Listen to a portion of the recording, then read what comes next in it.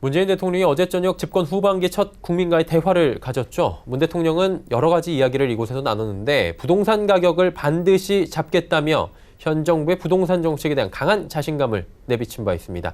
부동산팀의 이하라 기자와 함께 문 대통령의 부동산 관련 발언들 짚어보는 시간 갖도록 하겠습니다. 어서 오세요.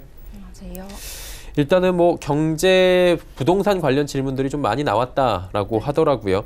특히나 대부분 기간 문 대통령은 부동산 가격을 잡아왔다라고 지금 이야기를 했어요. 한마디로 2017년 5월부터 지금까지 부동산 시장이 잘 잡아오고 있다라고 해석을 해도 괜찮을 것 같은데 실제로는 어땠습니까? 네, 그렇습니다. 문재인 대통령은 전국적으로 집값이 안정됐다, 부동산 문제는 자신 있다라고 말하며 강한 자신감을 내비쳤습니다. 문 대통령 말대로 전국 집값은 안정됐는지 몰라도 서울 아파트 값은 급등한 게 사실입니다.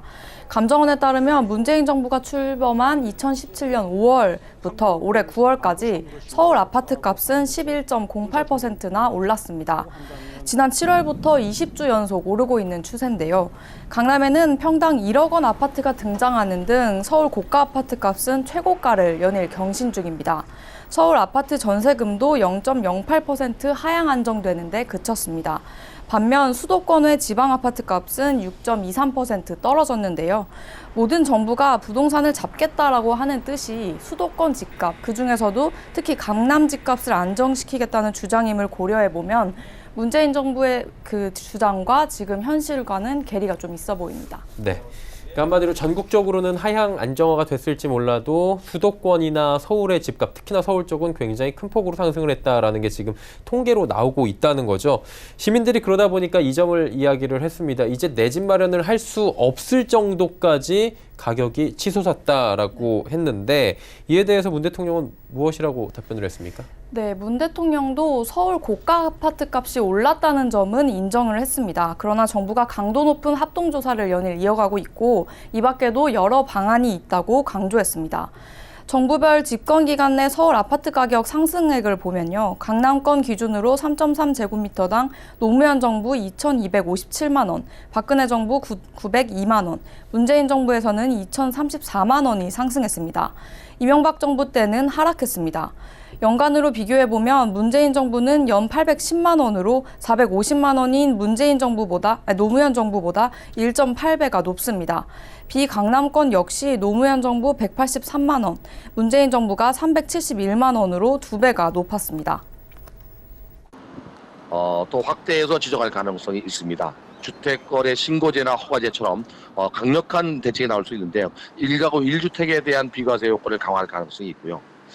현재 규제 지역에서 자금 조달 계획서를 내게 되는데요. 이걸 더 강화할 가능성도 있습니다.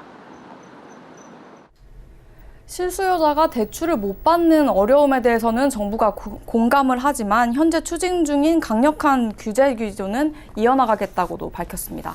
네, 그러다 보니까 다주택자들이 여러 채를 갖고 있는 거잖아요. 그러니까 부동산을 좀 팔게 되고 그리고 무주택자가 이것들을 매수할 수 있도록 양도소득세는 좀 낮춰주면 팔겠죠. 그리고 보유세는 좀 높여달라라는 구체적인 제안이 나왔다고 하는데 이 부분에 대해서 대통령은 또 어떻게 답변을 했습니까?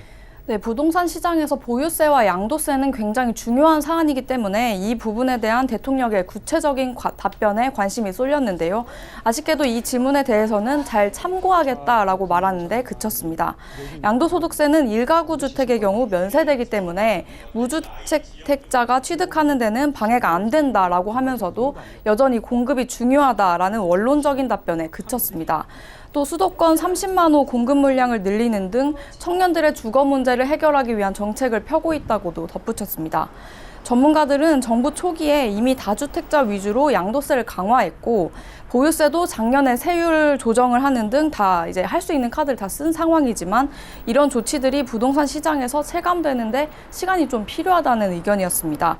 추가로 세율을 건드리는 것에 대해서는 정부 입장에서 약간 부담스러울 수 있기 때문에 대출 규제 등 다른 방안을 찾지 않겠냐라는 의견이 대다수였는데요. 하지만 그래도 부동산 시장이 안정이 되지 않을 경우 정부가 추가적으로 쓸 수 있는 카드는 여전히 있다고 언급했습니다. 보유세 대상 가구를 이전보다 좀 넓히는 방안이 있을 수 있고요.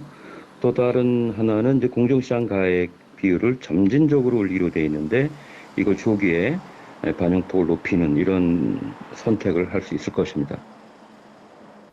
어제 저녁 있었던 대국민 담화에서 문재인 대통령은 지금까지 부동산 가격을 잡지 못했던 것은 역대 정부가 항상 부동산을 경기 부양수단으로 활용했기 때문이라며 우리 정부는 성장률에 어려움이 생기더라도 부동산을 경기 부양수단으로는 삼지 않을 것이라고 강조한 바가 있습니다. 자, 보면 집권 3년 차입니다. 중반기를 넘어서고 있는 이 시점에서 정부의 부동산 정책이 현실에서 어떻게 나타나고 있는지 하나하나 또 짚어봤습니다. 이하라 기자였습니다. 고맙습니다. 감사합니다.